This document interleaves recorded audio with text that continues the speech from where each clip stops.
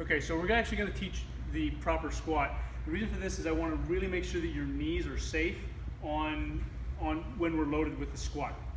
So Harut's going to be our model here. He's going to demonstrate how to properly get to the depth of a squat, help save the knees, and actually fix any knee pain we may have, or residual knee pain we may have.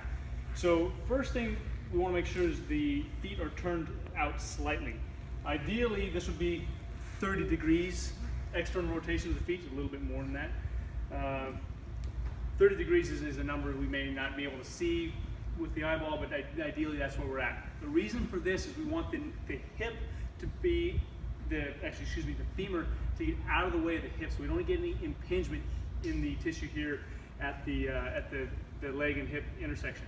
So again, feet slightly turned out allows for the leg to get out of the way of the hip, so there's no impingement.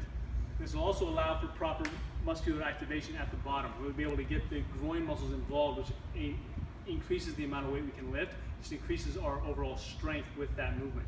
So we're going to have Harut squat all the way to the bottom of this squat. As he does, he's actually going to drive his knees out a little ways. So they stay just to the outer third of the foot. And he wants to get his hips down below parallel. And I'm going to keep you here for a little while.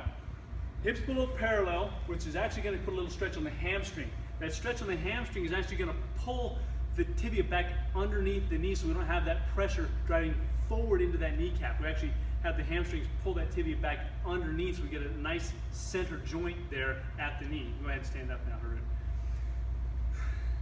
So once again, the feet slightly turned out. As he squats, knees driven outside because we have a tendency to have them collapse in. We do not want that. We want to get more muscle involved, hamstring and groin involved. The way we do that again is having the feet turned out slightly, knees driven out, and hips driven back. Again, that stretch on the hamstring is necessary to help pull that knee back into center, that lower leg pulled into the center of that knee joint. Additionally, we want to make sure that that knee tracks, come over here, you can get a good view of this, that knee tracks with the foot. It doesn't rotate in at all. We have that knee driven out, so it's parallel with the foot. You can see that joint here. We don't get any rotation turning in at this joint. It drives out, staying parallel with the angle of that foot. And again, hips below parallel, when we say that, we mean the crease of the hip below the top of the knee. That allows the hamstring musculature to get involved in the lift. Now when you come up, drive straight up through your hip bone. That's it. Thank you.